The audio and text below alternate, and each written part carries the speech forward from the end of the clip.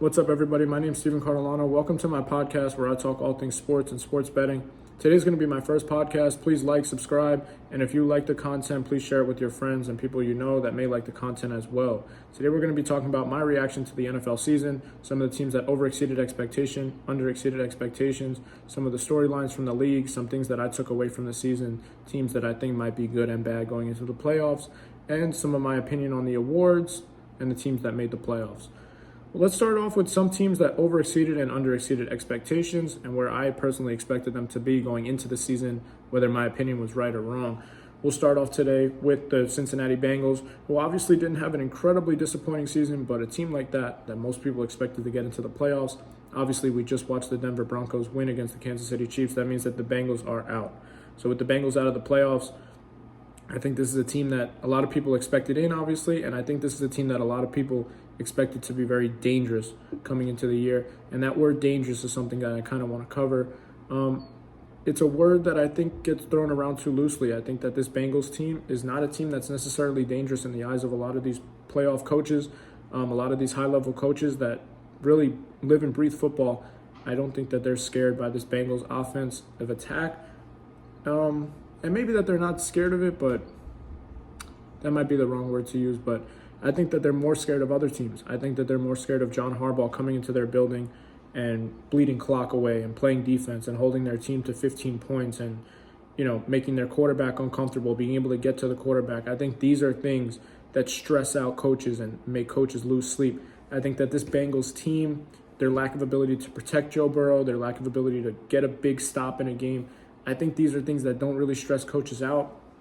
And I know what people think coming into the playoffs. The Bengals were on a 5-game winning streak. They were super hot. Everything was going their way. To me, my question to that is, where is that energy for the Chiefs? Because you could say the Chiefs got very lucky this season, but the Chiefs' luck resulted in 15 wins. There's a big difference between your luck resulting in 15 wins and then your luck kind of starting at a time where everyone knows in the back of their mind that the Bengals really needed a lot to go their way. Even if they did win out, they needed a lot to go their way. They needed either the Chargers or the Broncos to really fall apart. The Dolphins couldn't get hot. You put yourself in this hole where, what were they at that point, 5-8? There's not a lot of things you could do that will get you into the playoffs. So the way I view it is, I'm going to break down the Bengals' 5-game winning streak coming into the playoffs. They beat the Cowboys off of, I guess, a lucky situation, but, I guess a football play. The player on the Cowboys obviously blocks that punt. They touch the ball, which they're not able to, past the line of scrimmage. The Bengals get the ball back. Sure, throw that game out. Every team is going to win one game like that in their season. Then you go on to beat the Titans and the Browns, and I would sure hope that you beat the Titans and the Browns, because if not, it would have meant that you lost a trifecta of games to the Titans, the Browns, and the Patriots, who you lost to in week 1. So I would hope that you'd be able to take care of 2 out of 3 of those teams. I think any team that is above 500 is going to take care of all 3 of those teams. Those are the 3 worst teams in the NFL. You beat the Titans and the Browns. Then the big one was against the Broncos at home, who they beat in overtime. They needed some things to go their way, but again, that's just a regular hard-fought game. So I think that's the level where they're at. They're the same level as the Broncos. They ended with, I think, the same record as the Broncos. Maybe the Broncos got to 10-7 with that last win, but that's where they're at. They're not close to the level of the Chiefs and the Ravens and the Lions and that top tier of teams. I don't put them in the second tier of teams. They're in that tier with the Broncos, and I think it proved in that overtime game. And then you beat the Steelers, who you lost to 5 weeks ago, and when the Steelers looked good, they were able to beat Cincinnati pretty handily, and then, the Steelers looked bad, and they're able to take care of the Steelers by 2 points in a game that the Steelers could have won as well. So we talk about the Chiefs winning all these one-score games, but that's all the Bengals did down the stretch. I mean, you could use the same logic against the Bengals down the stretch. I just don't think that it strikes fear in people's heart when they know if they have Lamar Jackson, if they have Josh Allen, if they have Patrick Mahomes or one of these guys, they are going to be able to drive the ball down the field, and they're going to be able to get to Joe Burrow. And I don't think that makes any head coach lose any sleep. I kind of hate the narrative that, the Chiefs or the Bills, or they wouldn't want to see this team. They would love to see this team over having to play the Chargers or something like that. And I truly believe that. And if I'm wrong, I'm wrong, but if I'm the head coach of a team, I really don't want to see Jim Harbaugh on that defense come into my building. I'd much rather let Joe Burrow throw the ball for 400 yards, knowing that when push comes to shove, if I have one of my guys, if I have a superhero at quarterback, I know I could drive the ball down the field against the Bengals, which we saw Lamar Jackson do twice this year. We saw, Josh Allen do it. We saw Patrick Mahomes do it. Every quarterback that we saw Russell Wilson throw for 400 yards against this defense and scored 35 points. We saw every team get their way. Cooper Rush came back to life. They kind of reignited that Cowboys offense. So, I don't think it's a team that really scares NFL teams. I think it's a team that your average fan really likes to watch and respect, and that's great. And I think you have to be able to separate the two. But to me, the Bengals did not impress me this season at all. And then we move on to a team like the 49ers and the Cowboys. These are two teams who obviously did not exceed expectation. They were set at 11.5 wins for the 49ers, and I'm seeing here 10.5 wins for the Cowboys going into the season. And the Cowboys over was actually one of the most bet overs in the entire league. These are two teams that I'm going to put them in the same boat because I have a very similar take on both of these teams. I view it as this. You were bad the whole year. And I think both teams need to remember that statement. We were bad the entire year. For the Cowboys, we didn't fall off when Dak got hurt.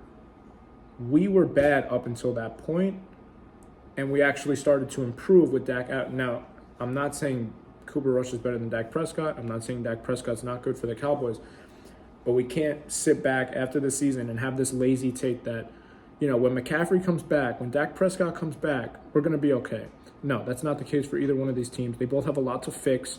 And I think they both need to take a book out of the Chiefs and the Lions playbook and the Bills, which is we were good, and every year we still need to get better no matter how good we are.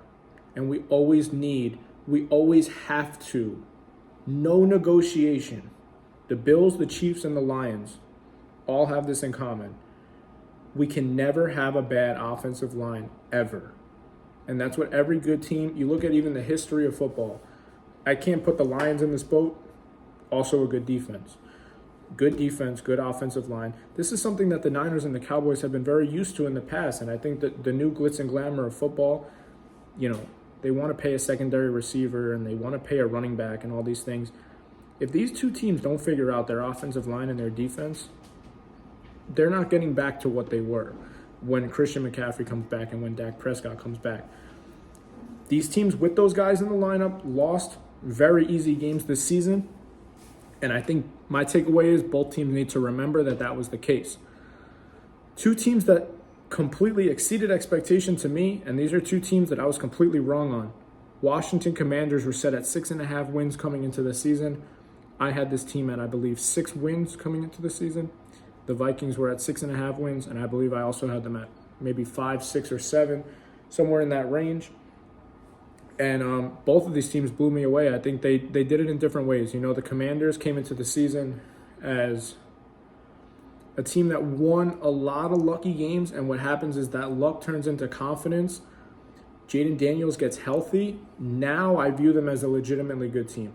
Early in the season, I didn't think they were great. I think teams were able to run on them. I think their defense looked shaky.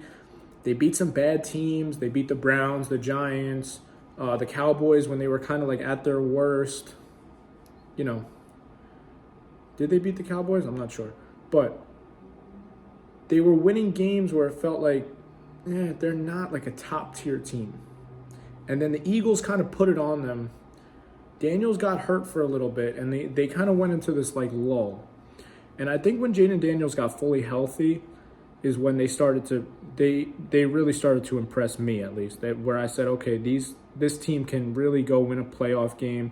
Now, I don't think they'll beat the Bucs in the playoffs, but, it's a legit team now. This wasn't like a fairy tale team. This was legitimately a playoff team in the NFC, a team that nobody wants to see. And, legitimately probably got the best quarterback that's come out of the draft since possibly, I don't know. I would say C.J. Stroud, but he's better right now. He's better than C.J. Stroud. He's legitimately that good, and it's really hard to tell how good he is because he was injured a lot of the season. So you know. And then the Vikings, for very different reasons, they were able to pull together different things. You take Brian Flores, make him a defensive coordinator, which he's way overqualified to do. Best defensive coordinator in the NFL. You have a coach in Kevin O'Connell who is amazing at developing quarterbacks. You get Sam Darnold to come start for the low amount that he makes. He's way overqualified to make that amount of money. You find all these gems around the league. You get Aaron Jones at a discount. You've developed Jordan Addison. This defense around Brian Flores, as many quarterbacks have said in the league, it's the best defense in the NFL, probably the most underrated unit in the NFL. And that's a recipe for success in the NFL. A great coach, a great defense, and an underpaid quarterback. I can't think of a team that has that recipe that's not winning games in the NFL right now. It's kind of the 49ers recipe from last year, a little bit less sexy at skill positions. That's really what it is. It's like you find these quarterbacks and it's just every year, teams want to pay a guy $50 million and then another team goes, now we know what we're doing. We're going to pay a guy 10 to 12 million. We'll have a lot more success because it is a football team and it's not a, single positions and skill positions. These teams that can pay a guy 10 to 12 million, or I think Sam Darnold makes even less than that, they can go build an offensive line and a great defense. And it takes all the pressure in the world off these guys. And they no longer have to be a superhero every single time that they step on the field. And it makes their life so much easier. So, yeah, those two teams probably, to me, were the most impressive. I would say the Broncos as well. The Broncos exceeded their win total, I think, by more than any team in the league. Their preseason projected win total at 5.5. But I will say out of the three, the Broncos, I thought, had a chance to be good. These other two teams, I thought no way in hell. Especially Washington, I thought no way. But yeah, those teams really impressed me. And that kind of leads me into, speaking of Washington, it kind of leads me into one of the main, trends of this year, which is the fact that all these rookie quarterbacks seem to be really good. And when we talk about Caleb Williams and we mention the fact that he really didn't have that great of a season, it really shows how good this rookie class was, because the Caleb Williams experience that you got in Chicago this year was the average, top one or two quarterbacks in the class. That's typically what you're getting out of him. You're getting not a lot of winning. You're getting a lot of mistakes. You're getting a lot of tentativeness, but you're seeing upside. And that's typically what you get out of these top one or two quarterbacks. The fact that Bo Nix was so good, the fact that Jaden Daniels was so good, the fact that Drake May was above average, the fact that Michael Penix came in and looked good. There's got to be a guy I'm forgetting right now. But the fact that all these guys looked good, and Caleb Williams is probably consensus third or fourth best rookie quarterback in the league right now. And then the rookie receivers too. Malik Neighbors has an all-time season for the Giants, history. Marvin Harrison has a great year. And the kid in Jacksonville had a great season as well. So these rookies seem to be coming out of college more developed. I think they're staying in college longer. I think it's one of the benefits of these new NIL deals and stuff like that. And I think we're getting real products out of college. And I think it's going to really start to put some value on the NFL drafts, the draft spots that you have, how many draft picks you have. Because right now, and this was not the case 5 years ago, a rookie coming out of college is almost guaranteed to give you more production than a 30-year-old at most position. And now quarterback is really like almost one of those positions too. If you draft a rookie quarterback in the first round, now I think this upcoming class is pretty bad at quarterback. But this past year, you take a random rookie quarterback, he's better than your average, guy who's been in the league for 10 years, in and out of a backup situation. Trying to think of a guy like a Daniel Jones or something. There's 4 or 5 rookies better than Daniel Jones right now. And that was never the case. It was always your better end of rookie quarterbacks will be around the level of, maybe how Bryce Young was at the end of the year. Like, you'll get some good games. He's going to look underdeveloped and things like that. Now, you're getting guys like C.J. Stroud, and I know C.J. Stroud had a down year, but like him last year, a real productive season. Not a productive season for a rookie, a legitimate productive season just for an NFL quarterback. And that's what you got out of Jaden Daniels this year. And that's what you got out of Bo Nix this year. You go to the playoffs and have a real season. Why not draft multiple quarterbacks every draft? Late in the draft, see if you can get a guy like Bo Nix who played 60 games in college or something. This situation has just become so much more common where you draft a guy, the Giants draft Malik Neighbors. Typically, it would take a couple years. He's going to be our best receiver in 2 years. No, he's our best receiver right now. Marvin Harrison gets drafted, and maybe one day he'll be as good as... No, right now, he's going to lead the team in touchdowns and targets and all this. So it's becoming more and more common that you draft a guy, he could take you there right away. So you really got to hold on to picks, and it's more important than ever to have a GM that knows what the hell he's doing too. You look at the Chargers, they are going to draft good players for the next 4 years because Harbaugh, recruited all these guys. So they're going to get good picks, and you're going to have a team like the Giants who are terribly run, or a team like the Patriots who are terribly run. These good draft picks aren't even going to matter because you know what, Giants? Go take Shedeur Sanders in the first round. And then Jim Harbaugh is going to find his right tackle. And then you know what, Giants? Go find a sexy slot receiver in the second round. And then Harbaugh is going to go get his safety. And then you know what, Patriots? Go for your quarterback in the third. No, Harbaugh knows a better quarterback that he can get in the sixth because he's a competent person. Where these guys have GMs that they're way in over their head. They don't know football. And I'm not saying that I know who is going to be the best quarterback coming out of this next draft. But I can tell you that neither do some of these organizations. They don't really know the game, the college game, what guys are going to be able to help them out and produce for them. So, and these guys need to put their ego aside and let someone do the work for them. They really do, because it's becoming more lucrative than ever to have draft picks, and these guys are going to, they're going to be good for a couple years. You get a guy, a running back, a receiver, you'll get them till they're 28 or 30, and then the rookies that come in after them are going to be better than them. So you gotta really step on it and make sure that you're getting your draft picks. I wanted to get into a little bit of the awards, just my general thoughts on the season. But one of my biggest takeaways from the season was kind of, the Chiefs' just continued dominance and the fact that people need to kind of catch up when it comes to what winning looks like in football. I know a lot of people that watch football, they watch other sports too. But the main sports that I watch are probably football and hockey. And in those two sports, you don't win games, It's grown men playing a physical sport against other grown men.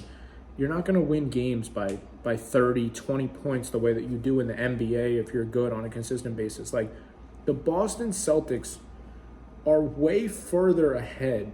If the Boston Celtics played the Washington Wizards, they would be minus 1,600 on the money line or something crazy like that.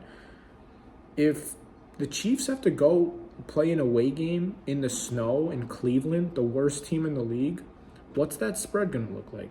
If Cleveland's really trying. Like, obviously the Cleveland Ravens spread was at 20, but if Cleveland's really putting their, 22 best guys on the field, that's going to be a 12-point spread. And, Kansas City on the money line is going to be minus 450. Same with the NHL. If you had the Avalanche or the Panthers playing against a bottom dweller like, the Sharks or something, they're minus 400 favorites. It's not the NBA. It's not college football. To win this consistently, it's actually at a ridiculous point, and it shows how much it means to have a good quarterback and have a good coach and all these things, because when it comes down to it, the other team is scrambling and they're looking for what to do, and the Chiefs just seem to know what to do every single game. And going back to what I said earlier about the Bengals, I think that what the Chiefs do scares teams to death, and I think what the Bengals do doesn't. The Bengals are playing basketball on turf. They don't want to play defense. They don't want to get after your quarterback. The Chiefs are like, listen, we know this is going to be a dogfight, and we're the biggest dog. And that's what it is. They find a way to have a chip on their shoulder no matter what the situation is. The continued disrespect towards this team is just going to continue to fuel them in the playoffs. And I think that, they're going to have some success this postseason. I won't say that they'll win it all, but I don't see a reason why they can. I don't see a reason why that's, any more out of reach than it's been in the past. And I think there's been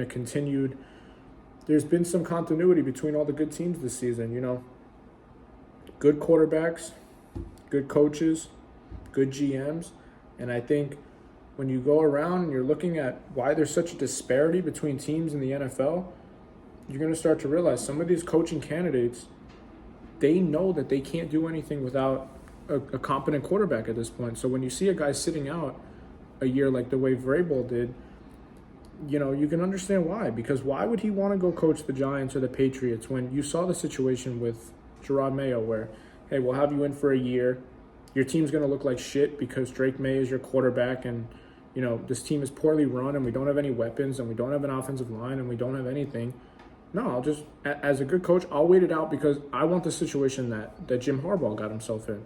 I want the situation where my quarterback is good, my front office trusts me, I can draft guys, or I want to be in the position where, where Andy Reid is, where I could just sit with the same quarterback. I want to be in the situation where, Kyle Shanahan is, where you let me make some decisions and you let me draft my guys. And these are all coaches that have success because of their front office and because of their quarterback. And then you look at guys that, fail to have success, and it's like, what makes Mike McCarthy a bad coach now that didn't make him a bad coach 5 years ago? It's really not on the coach as much as people make it out to be, but having a great coach with autonomy and the good quarterback, I think that's the complete recipe for success. And I think that's what they have in Kansas City. I think that's what they have in Detroit. I think that's what they have in Buffalo. And I think that's what they have in Los Angeles with the Chargers. So all these teams, I think that's the one thing they have in common. You have the head, that's the recipe right there. The head coach with autonomy, and you have the quarterback that kind of trusts him and plays with him. And, on top of that, you build that offensive line. And like I mentioned earlier, you build that offensive line, you build that defense. That's because of these things. That's the effect of having a coach that truly knows what he's doing and truly has autonomy. Because what happens in a situation like the Dallas Cowboys? Oh, Jerry Jones knows everything. So he's going to overpay receivers, and he's going to overpay his quarterback, who's not worth that much money, and he's going to start to slowly get away from things that actually matter in football. And what are the Chargers going to continue to do every year? They're going to build in the opposite direction. They're going to know to build an offensive line and a defense and things like that. So you'll see these teams start to separate. And I think that's why we see such a separation in the wins and loss columns that we've never seen before, where multiple teams have 15 wins, multiple teams have 3 wins, because a lot of these really good head coaches are going to start to say, I refuse to coach anybody else besides a competent organization with a good quarterback. So when you have the recipe, you're going to make the playoffs and you're going to win a ton of games. And when you don't have any part of that recipe, you don't even have a single piece or a single ingredient of that recipe, you're not going to win any games because you don't stand a chance. You have no chance if that's going to be your situation. All right, diving into that's just kind of my general thoughts on the season, kind of like my big general takeaway.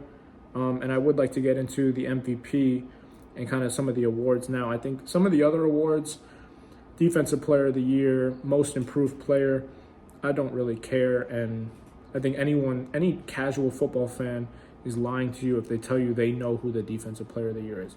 You don't watch defensive players. If you turn on the game and you're watching defensive players, it's kind of weird. You're there watching the quarterback and stuff like that. So my Defensive Player of the Year would be TJ Watt.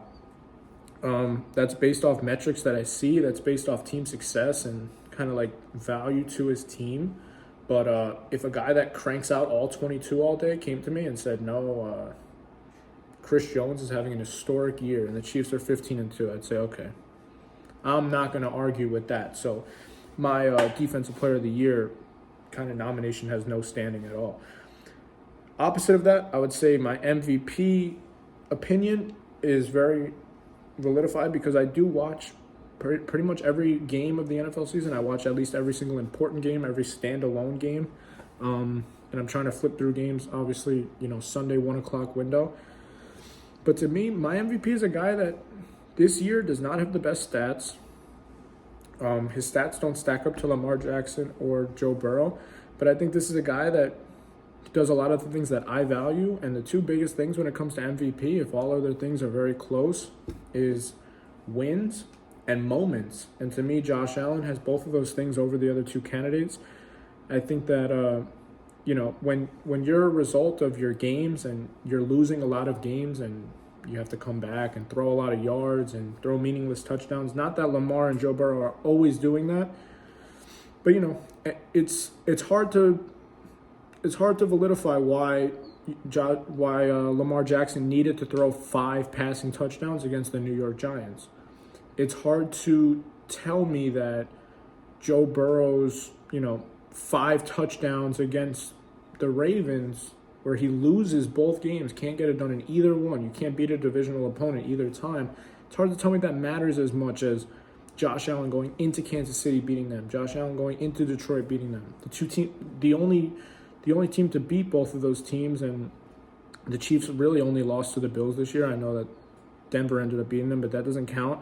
And Detroit only ended up losing to 2 teams. And the Bills being one of them. So we talk about Josh Allen, and every single moment that was huge, he showed up. And to me, that matters for MVP. It can't be a compilation of stat sheets at the end of the season and blind rank all these quarterbacks. Well, when you blind rank people based off stats, you're not watching a sport. At that point, you're just analyzing data, and I don't really see how that, I think stats can give you a guideline like, hey, this guy was having a pretty good season. I saw it with my eyes. I watched games, and he was having a pretty good season. I'd actually like to see the stats behind that. But to me, I'm watching Josh Allen. I'm watching the best quarterback in the league. And Mahomes is a better quarterback, and he deserves that title and all these things. I'm talking about this season. You flew me in from outer space, and you had me watch football this year, and I was never allowed to look at a stat. Josh Allen is the most dominant player in the NFL. And every time that the moment got big, he showed up. We can't act as sports fans as if moments don't matter. Hey, 15 touchdowns versus 14 touchdowns. Well, what if 5 of your touchdowns was against the New York Giants in a 1 o'clock window where your team won by 40, and another 4 of your touchdowns was against the Cleveland Browns, where you played twice, and then you played the worst defense in the NFL in the Bengals twice, and you scored 5 touchdowns each against each other in both of those games, and for Joe Burrow, you play against the Titans and you score all these touchdowns. You play against the Browns, you score all these touchdowns.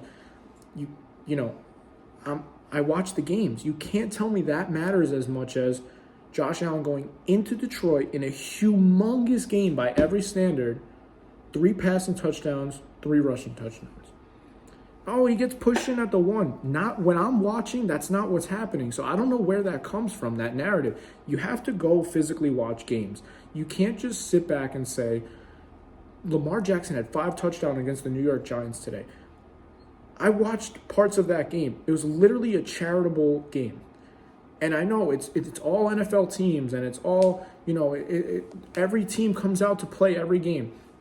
I could tell you right now, Lamar Jackson's 5 touchdowns against the New York Giants, Josh Allen's not doing that because he's packing them up. They're running the shit out of the ball. Their coach is keeping him protected because they know when playoffs come, we need Josh Allen. So, these moments don't matter. For Lamar Jackson, I think the MVPs are starting to mean more.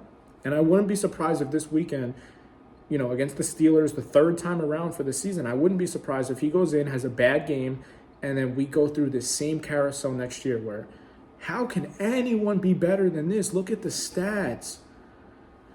Come on, guys. You gotta focus on moments in sports, and you have to trust your eye, and you have to watch very important games on primetime television against 2 teams that have a lot of wins and a lot at stake. And this game today matters the most. What did he do? So we can go through it. Today's game mattered the most. Ravens versus Chiefs, first week of the season. How much could it matter more for the Ravens than that? They just got knocked out by the Chiefs in the playoffs. Well, Lamar has a very mediocre game. Josh Allen goes against Mahomes, the same Chiefs defense, who, if anything, is better at this point. Mid-season form, they're undefeated, at home. What happens in that game? Josh Allen kicks their fucking teeth in for 4 quarters. That defense never looked worse all season, and they hand them their first loss. Very significant check.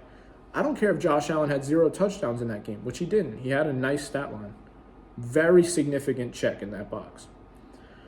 Lamar Jackson against the Bengals, when the Bengals are 2-6 or whatever their record is at that point, 2-4, throws for a bunch of touchdowns, a ton of yards, an overtime game. Josh Allen goes into Detroit, kicks the shit out of them. That game, huge check mark. That has to matter a little bit more. It has to matter a little bit more that Lamar Jackson got multiple pieces this year that made his team significantly better. And Josh Allen's team said, we're going to tone it back. We're going to play more like a real football team, run the ball, all these things to win games. And in moments, we're going to need you to be great. And in every moment, Josh Allen was great this year. And Lamar Jackson almost pissed away the division that by the end of the year seemed too easy to win. And on the other side, you have Josh Allen, who, this is such an underrated thing too that I'm about to say. Josh Allen locked away the division 6 weeks ago. He literally, if he didn't beat the Chiefs, they could have started sitting him in week 13, legitimately. His games have not mattered in that long. So all the success that he had early in the year so he played Patriots, Jets, Patriots to end the year. So that means all the success that he had in the year was not including those 3 games, because he basically did nothing in the last 3 weeks of the season. Imagine if those games were thrown in and 5 touchdowns for no reason against the Patriots and 6 touchdowns for no reason against the Jets and just kicking the shit out of bad teams. No one cares when you do that. I don't care when you do that. I'm watching football for moments, and I want to see what you do when the stage is the brightest. That matters for MVP. And the last point I'll make, not a point that I like making, but it's validified because it's shown in every single sport. How many you have kind of matters. So I think, the tiebreakers kind of go for me, and I guess for other people, the tiebreaker is if this guy has 2 and he has 0 and it's kind of close, give it to the guy with 0. I don't like that, but you have to stick with what you've always done as a voter. I'm not a voter. And then for me, if it's even close, which I guess you can consider a close because Lamar does have the better stats and all these things, moments in time throughout the season, which every single high leverage moment went to Josh Allen this year.